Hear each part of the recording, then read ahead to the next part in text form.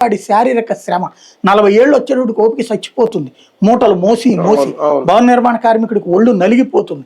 ఆ తర్వాత వాడిని చూడాల్సిన బాధ్యత నీకు కాకపోతే ఇంకెవరికి సమాజానికి కాకపోతే. అది లేకపోతే నువ్వు మానవుడు ఎట్లా అవుతావు, మనిషి ఎట్లా అవుతావు, అప్పుడు నీకోసం ఎందుకు చేయాలి? ఇదేమన్నా ఆటవిక రాజ్యమా?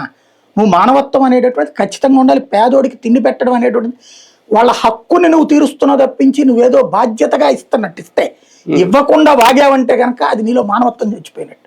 ఇప్పుడు నువ్వు ఇవ్వాల్సింది 2 ఏళ్ల నుంచి పెన్షన్ కొత్త ఇవ్వకపోగా ఇచ్చేస్తున్నట్టు ముందు పుంకాను స్టోరీలు రాసి 12వ తారీఖు ఎవడు ఎందుకు రాయలేదు మరి? అలాగే సచివాలయాల దగ్గరికి పరుగులు పెట్టారు. నాకు గుర్తొచ్చింది, రేషన్ కార్డు కోసం అని చెప్పి నేను ఎన్నోసార్లు చెప్పాను. ఏళ్ల తరబడి దశాబ్దాల తరబడి తిరిగినటువంటి నేను. అలాంటిది వాళ్ళ రేషన్ కార్డు దిక్కు లేదు. అది కూడా ఏంటి, ఎన్టీ రామారావు ఉన్నప్పుడు ఇచ్చిన రేషన్ కార్డుని చంద్రబాబు తీసేస్తే రాజశేఖర్ వచ్చిన తర్వాత కాంగ్రెస్ పార్టీ వచ్చినప్పుడు అందరికీ అప్పుడే పింక్ కార్డులు వైట్ కార్డులు ఇచ్చింది. నేను అది కూడా చాలా సార్లు చెప్పాను, వైట్ కార్డు నేను తీసుకోలేదు ఆ రోజుల్లో, మంచితనానికి పోయి. ఇప్పుడు చూస్తే కనుక ఇన్ని రకాల పథకాలు వస్తాయంటే తీసుకుని ఉండేవాళ్ళం. అట్లాంటి స్టేజీలు నడుస్తున్నాయి ఇక్కడ. ఇప్పుడు ఏంటంటే వీళ్ళకి ఒక సమస్య ఎదురవుతుంది.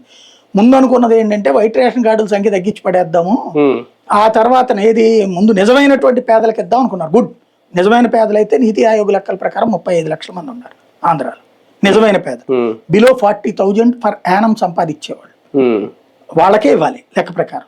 లేదా బిలో 2 lakhs ఇద్దాం. అలా ఇస్తే కూడా ఒక 40% 30%కి మాత్రమే వస్తాయి పథకాలు.